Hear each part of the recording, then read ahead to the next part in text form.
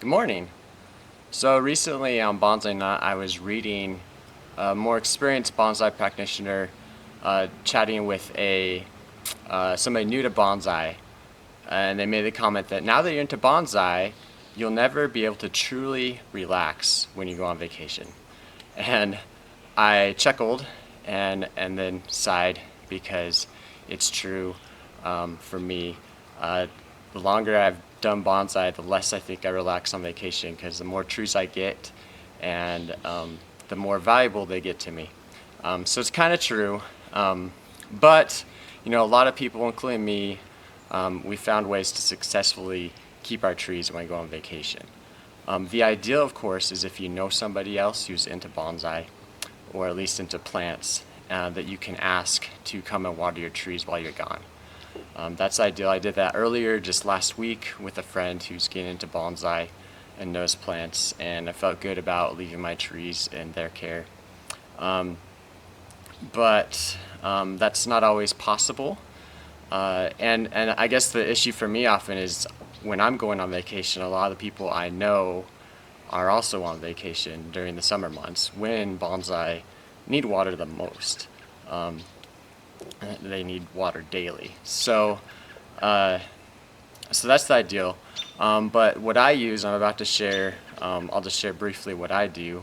I don't keep my trees here. I put them in my yard and I have an irrigation system that waters them. So that's the solution I found. It's not fail-safe, hence why I still worry, because I much prefer a human to look after my trees. But part of it too is I just feel kind of bad asking a lot of people, even though it's a small thing to me and I enjoy watering my trees. I know spending 15 minutes to water plus the travel time, maybe if I ask somebody, that's kind of a big commitment to ask somebody to do,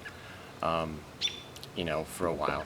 So yeah, I'll share what I do and show you my setup for when I go on vacation. So the bench is empty. I gave them one last final watering with water from my rain barrel and moved them all over here to my side yard. So here they are. And so right now the camera is facing north. You can see the side of my house.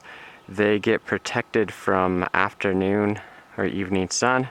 They get a little bit of sun more towards the morning or midday. So they get less light here. That's one reason it's not ideal. Another big reason it's not ideal is because they're on the ground, so insects can get into pots.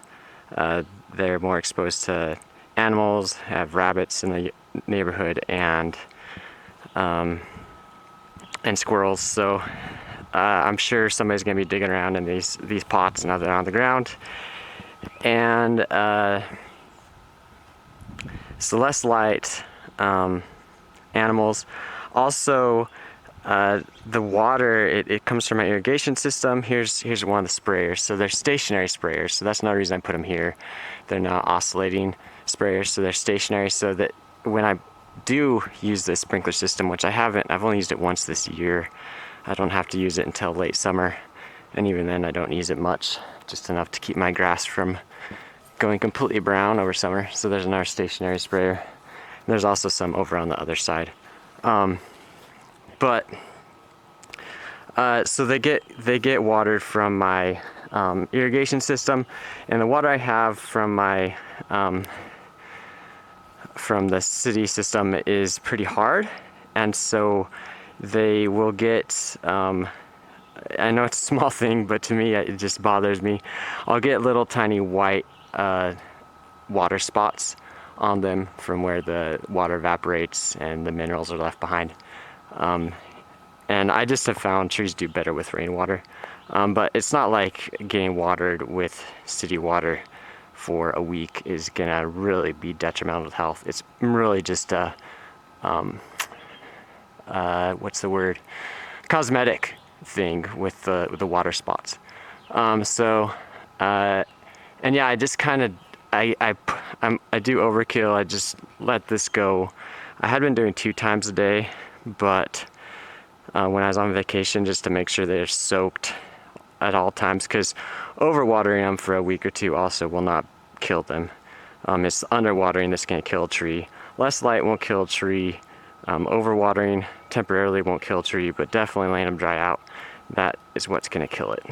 So I was doing 2 times a day, but I think I'm going to just go to 1 and just do a really thorough job, probably about 10 to 15 minutes with stationary sprayers. Should be good.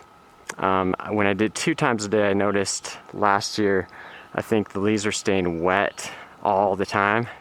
And I know my amber maple here got like a fungus on its leaves and didn't look good the rest of the season. So I'm hoping that the amber maple won't have that problem this year when I go on vacation, but we'll see.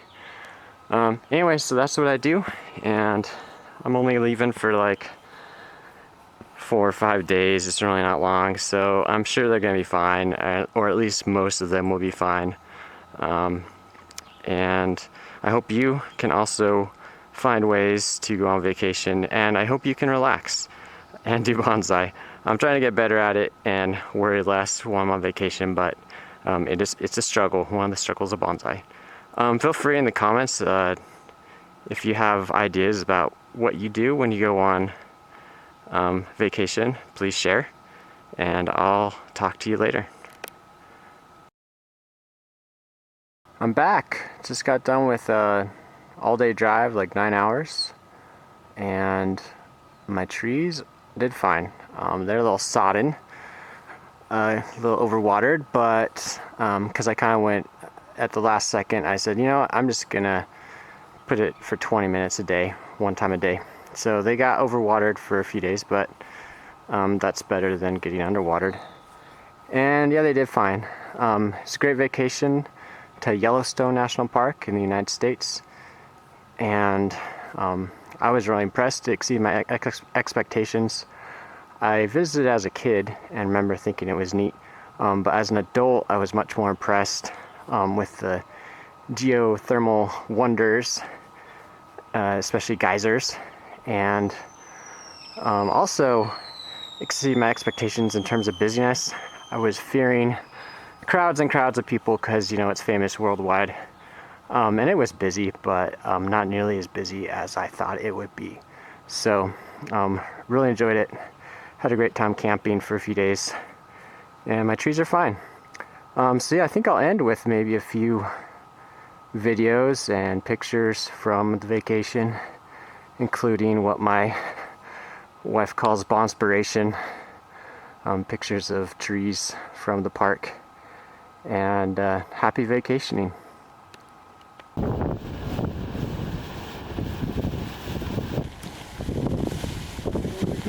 you find us, Dad?